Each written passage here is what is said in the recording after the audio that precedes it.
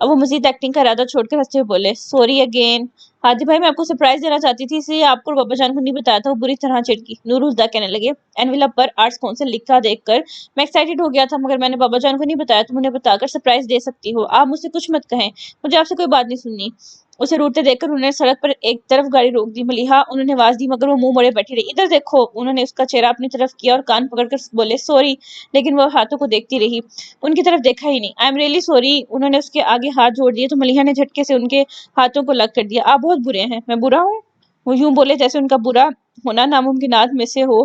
تو وہ ایک دم ہی ہنس پڑی. نہیں آپ بہت اچھے ہیں. ان کے ہنستے ہوئے چہرے کو دیکھ کر نور الہدا ریلیکس ہو گئے. کچھ دیر پہلے نور الہدا بابا جان اور ملیحہ کو اسٹڈی میں چھوڑ گئے تھے اور جاتے ہوئے دروازہ بند کر گئے تھے. آئیے بابا جان اور ملیحہ تم بھی آ جاؤ. کچھ دیر بعد باہر آ کر وہ دونوں سے بولے. باہر آ کر انہوں نے بابا جان سے کہا جائیے آپ کے کمرے میں ایک سرپرائز گفٹ آپ کا انتظار کر رہا ہے. وہ اپنے کمرے میں جانے لگی تو ملیحہ بھی ان کے پیچھے چل پڑی. تم کہاں جا رہی ہو؟ نور الہدا نے فوراً اس کا بازو پکڑ کے روکا. بابا جان کا گفٹ دیکھنے. بابا جان کا برتھ ڈے گفٹ ہے, پہلے انہیں دیکھنے دو, تم بعد میں دیکھ لینا. جی نہیں مجھے ابھی دیکھنا ہے. ہاتھ چھوڑے. وہ ضد سے بولی. کہا نا بعد میں دیکھنا. وہ اڑ گئے اور اپنا بازو چھڑانے لگی. چھوڑے مجھے. تم آرام سے کھڑی رہو. بابا جان آپ جائیے. اسے خاموش کروا کر وہ آخر میں بابا جان سے بولے جو ان کے جھگڑے کی وجہ سے رک گئے تھے. وہ دروازہ کھول کر کمرے میں گئے. ملیحہ نے شور مچا دیا. مجھے بھی دیکھنا ہے. ہاتھ چھوڑے ہادی بھائی. برتھ ڈے تو یاد نہیں رہا. اب بڑے عیب ہیں برتھ ڈے گفٹ دینے والے. بولنے کے ساتھ ہی وہ دوسرے ہاتھ سے ان کی گرفت ڈھیلی کرنے کی کوشش کرتی رہی مگر انہوں نے ان کا بازو نہیں چھوڑا تو اس نے اچانک ہی ان کے ہاتھ میں دانت کاٹ دیے. نور الہدا تڑپ کر اپنے ہاتھ کو جھٹکا مگر اس کے ہاتھ پر گرفت مضبوط ہی رہی. جنگلی بلی کہہ کر حساب ہی برابر کر دیا. خود ہی ہوں گے جنگلی بلی, بلکہ بلے. سخت برا منایا گیا تھا. آخر نور الہدا نے اس کا بازو چھوڑ دیا. جاؤ. اور اب بھاگتی بابا جان کے کمرے میں گھس گئی پر گھستے ہی ٹھٹک کر رہ گئی. یہ اس نے ہاتھ سے آتش دان پر لگی اپنی بڑی سی فریم شدہ تصویر کی طرف اشارہ کیا تو اس کے پیچھے آتے نور الہدا بولے یہی تو ہے بابا جان کا برتھ ڈے گفٹ. پر یہ تو میری تصویر ہے. وہ بھی حیران تھی. ہاں اور مجھے بابا جان کے لیے اس سے بہتر کوئی تحفہ نہیں ملا. اس کے مقابلے پر میں اور کوئی تحفہ قبول بھی نہیں کرتا. بابا جان نور الہدا سے کہتے ملیحہ کے پاس آئے اور اس کا چہرہ دونوں ہاتھوں میں بھر کر بولے اس تحفے کو پانے کے لیے میں نے 7 سال راتوں کو جا کر دعائیں مانگی ہیں. اور اس کی پیشانی چوم لی. پھر وہ فوراً اس جذباتی کیفیت سے باہر نکل آئے. میں لان میں جا رہا ہوں, چائے وہی لے آؤ. وہ تو چلے گئے مگر ملیحہ اب بھی اسی کیفیت میں تھی. اس نے یاد کرنا چاہا آخری بار کب بابا جان نے اپنی بے ساختہ شفقت کا اظہار کیا تھا. سوال کچھ زیادہ ہی مشکل تھا. جواب ہی نہیں آیا. نور الہدا نے اسے گمسم دیکھ کر ہلکے سے اس کے سر پر چپت لگائی. کہاں گم ہو؟ ملیحہ نے رخ بدلنے کے ساتھ ہی اپنا موڈ بھی بدل لیا. شوخی سے بولی میں سوچ رہی ہوں ہادی بھائی کہ میری تصویر اچھی آئی ہے یا میں سچ میں اتنی خوبصورت ہوں. نور الہدا نے ایک نظر سے دیکھا اور کہا تمہاری تصویر بھی اچھی آئی ہے اور تم بھی بہت خوبصورت ہو. اب بٹرنگ کچھ زیادہ ہی کر رہے ہیں. وہ انہیں تیکھی نظروں سے دیکھ کر بولی یہ سب چھوڑو اور بتاؤ تم اپنا سرپرائز کب دے رہی ہو؟ کبھی نہیں. اس نے کہا اور کمرے سے نکل گئی. نور الہدا بھی اس کے پیچھے باہر آ گئی. کبھی نہیں کا کیا مطلب؟ میرا دل چاہ رہا ہے کہ بابا جان بھی ایگزیبیشن میں آئے مگر میں جانتی ہوں وہ نہیں آئیں گے. تو پھر بتانے کا بھی کیا فائدہ؟ وہ رکی نہیں اور یوں ہی چلتے ہوئے ان سے باتیں کرتی ہوئی کچن کی طرف آ گئی. تم نے کیسے سوچ لیا کہ بابا جان نہیں آئیں گے؟ بس میں جانتی ہوں. بیکار اندازے مت لگاؤ. انہوں نے اسے ڈانٹ دیا. پھر اس کی صورت دیکھ کر پیار سے بولے پریشان کیوں ہوتی ہو؟ اگر انہوں نے منع بھی کر دیا تو میں انہیں منا لوں گا. آپ مناتے کہاں ہیں؟ آپ تو دھاندلی کرتے ہیں. اسے بچے کی طرح منہ بنایا تو وہ روب سے بولے میں جو بھی کروں مگر تم آج ہی بابا جان کو ایگزیبیشن کے بارے میں بتاؤ گی. نہیں تو میں بتا دوں گا. بس 1 ہفتہ رہ گیا ہے. ہادی بھائی بابا منع کر دیں گے. اس نے پھر وہی بات دہرائی تو نور الہدا جھنجھلا گئے. ایک تو تمہاری سوئی کہیں بھی اٹک جاتی ہے. اب جاؤ ذرا چائے کا بندوبست کرو اور چائے خود ہی بنانا. تمہارا چہیتا بہادر تو وہ شاندہ سامنے رکھ دیتا ہے. وہ ہون کاٹتی کچن میں چلی گئی اور تو باہر لان میں آ گئی. کچھ خاص خبر چھپی ہے؟ چیئر پر بیٹھتے ہوئے انہوں نے شام کا اخبار دیکھتے بابا جان سے پوچھا. خود ہی دیکھ لو. انہوں نے اخبار نور الہدا کی طرف بڑھایا جسے پکڑنے کے لیے نور الہدا نے ہاتھ بھی نہیں اٹھایا اور کہا ذرا دیر میں چائے آنے والی اور ملیحہ کہتی ہے کھانے پینے کے وقت اخبار نہیں پڑھنا چاہیے, بھوک ختم ہو جاتی ہے. بہت مانتے ہو اس کی؟ اخبار والا ہاتھ نیچے کرتے ہوئے وہ بولے تو نور الہدا بھی مسکرا کر سر جھٹک دیا. تمہیں ملیحہ کیسی لگتی ہے؟ یہ سوال اس قدر اچانک تھا کہ نور الہدا گڑبڑا گئے اور بھوکلا میں کچھ بول ہی نہ سکے تو انہیں دیکھنے لگے. میں نے پہلے کبھی اس طرح نہیں سوچا تھا مگر کچھ دن پہلے یہ خیال میرے ذہن میں آیا کہ کیوں نہ تم دونوں کی شادی کر دی جائے. بابا جان نے دھماکہ ہی کر دیا تھا. نور الہدا تو پہلے گڑبڑائے ہوئے تھے, اب تو بالکل ہی سٹ پٹا گئے. بابا جان رکے نہیں, کہنے لگے یوں تو شاید میں اس بارے میں کبھی سوچتا بھی نہیں مگر میں نے محسوس کیا کہ تم دونوں میں کافی اچھی انڈرسٹینڈنگ ہے اور دوستی بھی. پھر تم دونوں ایک دوسرے کے ساتھ بہت خوش رہتے ہو. لیکن میں تمہاری رائے بھی جاننا چاہتا ہوں. نور الہدا اب سمجھ چکے تھے مگر اپنی دو ٹوک فطرت کے باوجود بابا جان کے سامنے ملیحہ کے بارے میں ایسی بات کرنے سے ہچکچا گئے. بابا جان نے بھی ان کے گریز کو سمجھ لیا تھا. میں تمہاری ہچکچاہٹ سمجھ سکتا ہوں. بے شک ملیحہ میری بیٹی ہے لیکن میں نے تمہیں بھی ہمیشہ اپنا ہی بیٹا سمجھا ہے اور بیٹا باپ کے سامنے اپنے دل کی ہر بات کہہ سکتا ہے. Would you like her? I love her. بابا جان کی بات سے تقویت پا کر وہ اپنی فطری انداز میں بے جھجک بولے تھے۔ بابا جان حیران ہوئے بغیر مسکرا دیے، مگر ان کی مسکراہٹ سے نروس ہوئے بغیر انہوں نے اگلے ہی پل کہا، مگر اس کے باوجود میں نے ملیحہ سے شادی کے بارے میں کبھی نہیں سوچا۔ اب وہ کچھ حیران ہوئے تھے۔ محبت کرتے ہو پھر بھی شادی کے بارے میں نہیں سوچا؟ ہاں، کیونکہ میں جانتا ہوں کہ ملیحہ ایسا نہیں سوچتی۔ نہیں سوچتی مگر سوچ تو سکتی ہے۔ وہ ایک پل کو خاموش ہو کے پھر کہا، وہ میرے اور اپنے موجودہ رشتے سے مطمئن ہے، اور مجھے لگتا ہے اسے اس رشتے میں کسی کمی یا گنجائش کا احساس ہوتا ہے۔ اسے احساس اس لیے نہیں ہوتا کیونکہ وہ بہت زیادہ اور معصوم ہے، پھر کم عمر بھی ہے، اور اسی لیے ان باتوں کی طرف اس کا کوئی دھیان نہیں، مگر بچی بھی نہیں ہے، دھیان دلایا جائے گا تو گنجائش بھی نکل آئے گی۔ بابا جان چپ ہوئے۔ نور الہدیٰ نے کہا، ٹھیک ہے، مگر پہلے آپ ملیحہ سے اس کی مرضی معلوم کر لیجئے۔ لیکن بابا جان، اگر وہ انکار کر دے تو پلیز اسے مجبور مت کیجیے گا۔ بابا جان نے ان کی طرف گہری نظر ڈالی۔ وہ اگر نہ کر دے گی تو کیا تمہیں دکھ نہیں ہوگا؟ انہوں نے بابا جان کو دیکھا اور ایک بے نام مسکراہٹ ان کے چہرے پر آ گئی۔ دکھ تو ہوگا، مگر میں ملیحہ کی خوشی کی خاطر اپنا دکھ بھی سہ سکتا ہوں۔ وہ اپنی بات کہہ کر ابھی چپ ہی ہوئے تھے کہ ہاتھ کی پشت پر ایک ریشمی احساس نے انہیں چونکا دیا۔ سر اٹھا کر دیکھا تو ملیحہ چائے کی ٹرے ٹیبل پر رکھ رہی تھی، اور جھکنے کی وجہ سے اس کا دوپٹہ کندھے سے پھسل کر ان کے ہاتھ پر آ گرا تھا۔ ملیحہ اس بات سے بے خبر تھی کہ ان کے اور بابا جان کے بیچ کیا بات چل رہی تھی، مگر اس نے نور الہدیٰ کا آخری جملہ سنا تھا، اور جسے سن کر اس کے ہونٹوں پر نرم سی مسکراہٹ آ گئی تھی۔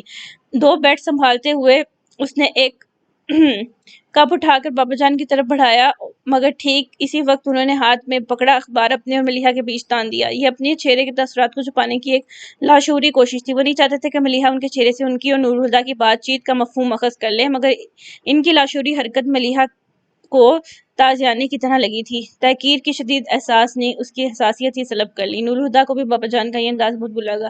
بابا جان، وہ آپ کو کب پکڑا رہی ہے؟ انہوں نے بابا جان کو ملیحہ کی طرف زبردستی متوجہ کیا۔ ٹیبل پر رکھ دو بیٹا، کہہ کر پھر سے اخبار میں گم ہو گئے۔ ملیحہ نے کپ ان کے سامنے رکھا اور کرسی پر بیٹھ گئی، مگر وہ چپ سی ہو گئی۔ اس کی خاموشی کو محسوس کر کے نور الہدیٰ اس سے یہاں وہاں کی بات کرنے لگے۔ ان کی باتوں سے وہ واقعی بہل گئی تھی۔ پھر اسے یاد آیا جو نور الہدیٰ نے اسے کچن کے دروازے پر کہا تھا، مگر شاید اب وہ بھول چکے تھے۔ اس نے سوچا بابا جان سے بات کرے یا نہ کرے، پھر بات کرنے کا سوچ کر وہ اپنی جگہ سے اٹھی۔ بابا جان اس کے سامنے ٹیبل کی دوسری طرف بیٹھے تھے۔ وہ گھوم کر ان کے پاس آئے اور گھاس پر گھٹنے ٹکا کر بیٹھتی ان کے گھٹنے پر ہاتھ رکھ کر دیکھنے لگی۔ بابا جان نے اخبار سے نگاہ ہٹا کر اسے دیکھا۔ بابا جان، آرٹس کونسل نو موز مصوروں کی پینٹنگز کی نمائش کروا رہی ہے۔ میں نے بھی اپنا نام دیا تھا اور میرا پتہ ہے میرا سلیکشن بھی ہو گیا ہے۔ 17 دسمبر سے 3 دن کی نمائش ہے، آپ آئیں گے نا؟ جوش میں بولتے ہوئے اس نے آخری جملہ عاجزی سے ادا کیا تھا۔ تم جانتی ہو کہ بھیڑ بھاڑ والی جگہوں پر جانا مجھے پسند نہیں ہے، مگر تھوڑی دیر تو آ سکتے ہیں نا بابا جان؟ یہ میری پہلی ایگزیبیشن ہے اور اسی بہانے سے آپ میری پینٹنگز بھی دیکھ لیں گے۔ جانتے ہیں اس بار میں نے اسٹل لائف اور لینڈسکیپنگ کے علاوہ سی اسکیپس بھی بنائے ہیں، اور کیلیگرافی تو میں نے پہلی بار کی ہے۔ پچھلے مہینے میں نے اتنے سارے نئے کینوس بنا لیے ہیں اور ابھی تک آپ نے کوئی بھی نہیں دیکھا۔ اگر دکھانا مقصود ہے تو آج ایک نشست تمہارے ایک کمرے میں رکھ لیتے ہیں، لیکن میں ایگزیبیشن میں نہیں آ پاؤں گا۔ آرمی لائف کے دوران بھی پرہجوم جگہ پر جانا مجھے پسند نہیں تھا، اور اب تو میں ریٹائرڈ لائف گزارنے گھر تک ہی محدود ہو گیا ہوں۔ اینی وے، بیسٹ آف لک۔ وہ اپنی بات کہہ کر اٹھے اور اندر چلے گئے۔ ملیحہ کی آنکھوں میں کچھ اگنے لگا۔ ایسے میں اپنے ہاتھ کی پشت پر نور الہدیٰ کے مہربان ہاتھ کے لمس کو محسوس کر کے اسے لگا وہ رو پڑے گی، اور وہ رونا نہیں چاہتی تھی، اس لیے ان کی طرف دیکھے بغیر اٹھ کر کمرے میں آ گئی۔ آپ کو اسے منع نہیں کرنا چاہیے تھا۔ وہ کچھ دیر بعد فریش ہو کر نور الہدیٰ کی تلاش میں باہر جانے کے لیے لانج میں آئی تو اسٹڈی سے آتی ان کی آواز سن کر رک گئی۔ مجھے کیا کرنا چاہیے تھا اور کیا نہیں، میں اچھی طرح جانتا ہوں۔ ملیحہ نے اسٹڈی میں جھانک کر دیکھا۔ بابا جان ٹیبل کی دوسری طرف کرسی پر بیٹھے تھے، نور الہدیٰ ٹیبل کے سامنے کھڑے ان سے الجھ رہے تھے۔ آپ کو اندازہ ہے بابا جان، آپ نے ملیحہ کو کس قدر ہرٹ کیا؟ وہ اچانک ہی کتنی چپ سی ہو گئی تھی۔ آپ کو تھوڑا سا تو خیال کرنا چاہیے تھا، وہ بہت حساس طبیعت کی لڑکی ہے۔ بابا جان کو ان کا جرا کرنا اچھا نہیں لگا تھا۔ وہ کدے سکتے لہجے میں بولے، تم ملیحہ کے معاملے میں کچھ زیادہ ہی حساسیت کا مظاہرہ کر رہے ہو نور الہدیٰ۔ انہیں ملیحہ تو اتنی حساس نہیں ہے، میں نے کبھی اسے جذباتیت کا مظاہرہ کرتے ہوئے نہیں دیکھا، اور جسے تم اس کی ناراضگی سمجھ رہے ہو وہ چپ دراصل اس لیے تھی کہ ملیحہ میری بات اور میری مزاج کو اچھی طرح سمجھتی ہے، اور اسے یہ بھی پتہ ہے کہ بحث مجھے پسند نہیں۔ اب تم یہاں سے جا سکتے ہو۔ وہ کسی گنجائش کے بغیر بولے تھے۔ نور الہدیٰ باہر نکلے تو ملیحہ دروازے پر کھڑی تھی۔ وہ اسے کچھ کہے بغیر اپنے کمرے میں جانے لگے تو ملیحہ نے پیچھے سے انہیں پکارا، ہادی بھائی، اب دوبارہ بابا جان سے اس بارے میں بات نہیں کریں گے؟ کیوں؟ انہوں نے مڑ کر کہا تو وہ عجیب سے لہجے میں بولی، آپ نے سنا نہیں، میں بابا جان کے مزاج کو اچھی طرح سمجھتی ہوں۔ نور الہدیٰ کے لاشعور میں کوئی سپارک ہوا تھا۔ وہ 2 قدم اس کے قریب آ کر بولے، بابا جان تم سے بہت پیار کرتے ہیں، مگر پرواہ نہیں کرتے۔ اپنے آپ ہی اس کے لہجے میں شکایت دہرائی تو نور الہدیٰ نے اسے سمجھانا چاہا، بھلا وہ تمہاری پرواہ کیوں نہیں کریں گے؟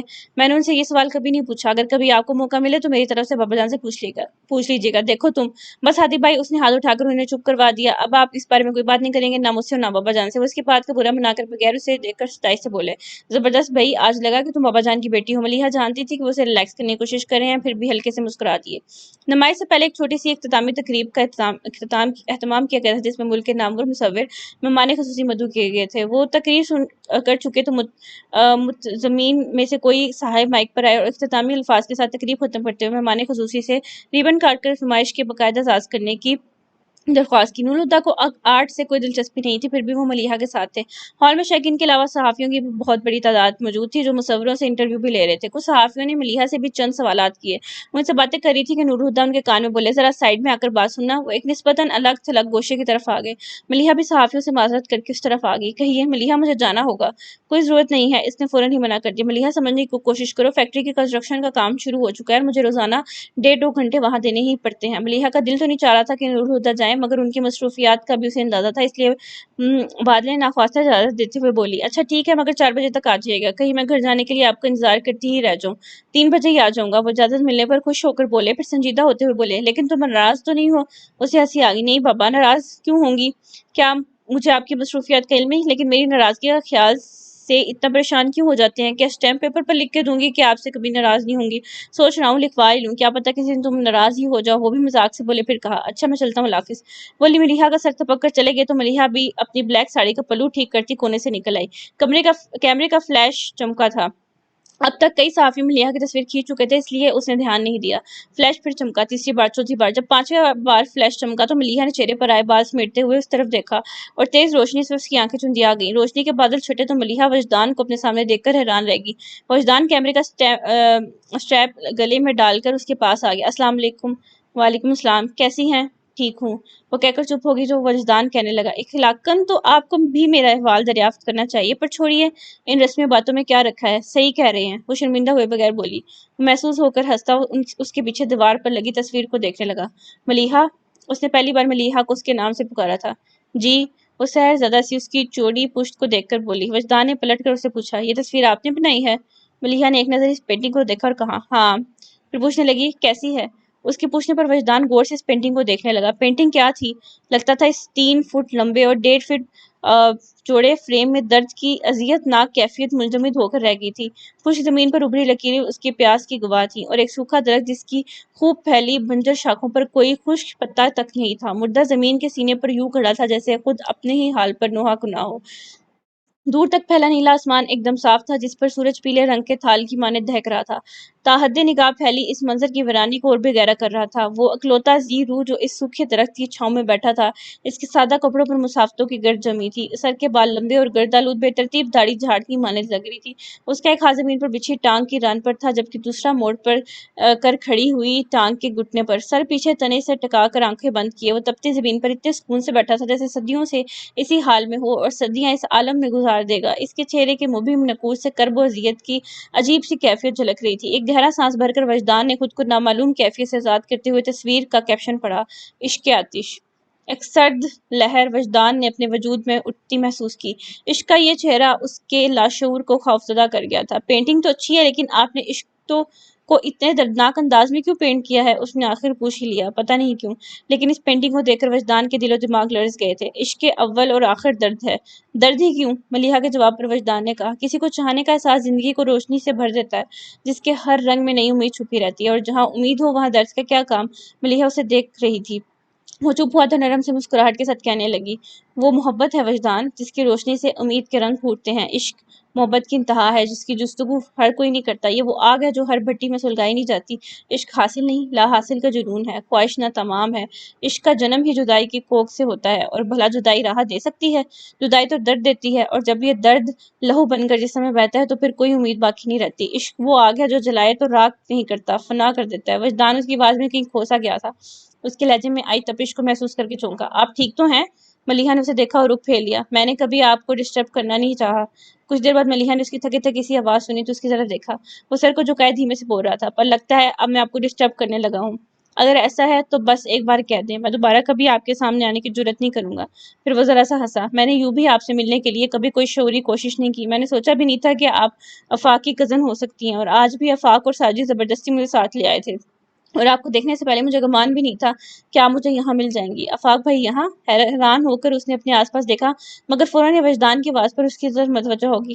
مگر آپ کا انتظار میں نے ہر روز کیا، وہیں لائبریری کی سیڑھیوں پر۔ میں نے ہر صبح دعا کرتا کہ آج میرا انتظار ختم ہو جائے، اور ہر شام سوچتا کہ آپ کا انتظار زندگی کی آخری سانس تک کروں گا۔